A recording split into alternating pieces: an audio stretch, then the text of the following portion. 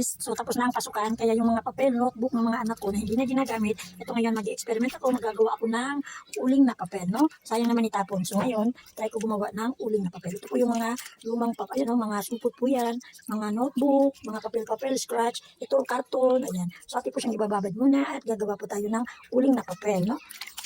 Kasi napakamahal ng uling. Yung nagtanong ako sa tindahan, yung kapiranggot na uling, 15 pesos, imagine.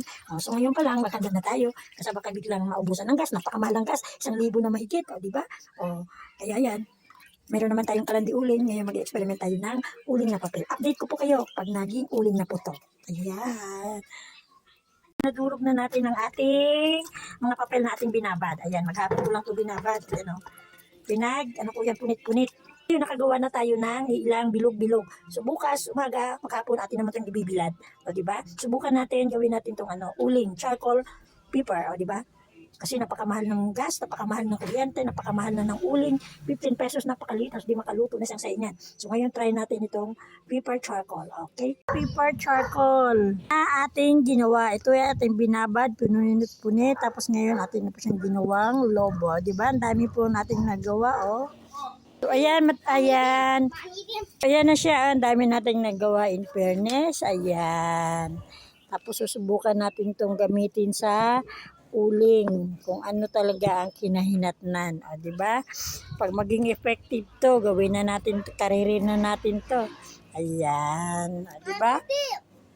Yung papel kanina na ating pinunit-punit. Tapos piniga-piga tapos binilad. So ngayon, susubukan natin kung mag-aapoy ba talaga siya para gawin natin siyang paper charcoal. Ayan o. Naapoy siya. Ayan. So, tested pala. Makabili na lang ng kalandi oling para ito nang aming gagamitin. Ayan. Ayan o. Nag-aapoy na talaga siya. Para na siyang uling.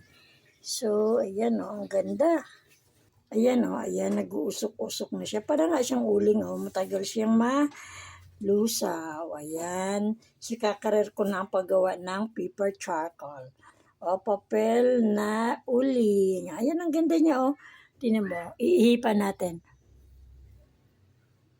Ayan, para siyang uling, in fairness. Ang ganda. Babasahin ko na ulit to. Ayan. Legit. Pwede pala talaga yung mga scratch natin, mga papel, mga dyaryo, mga bond paper, karton, pwede. Ayan o. See? Meron na akong paper charcoal. Ayan o, nag-aapoy pa rin siya o. Ayan, para lang talaga siyang uling. See? Legit. Okay, gagawa na ako. Kakaririn ko na to.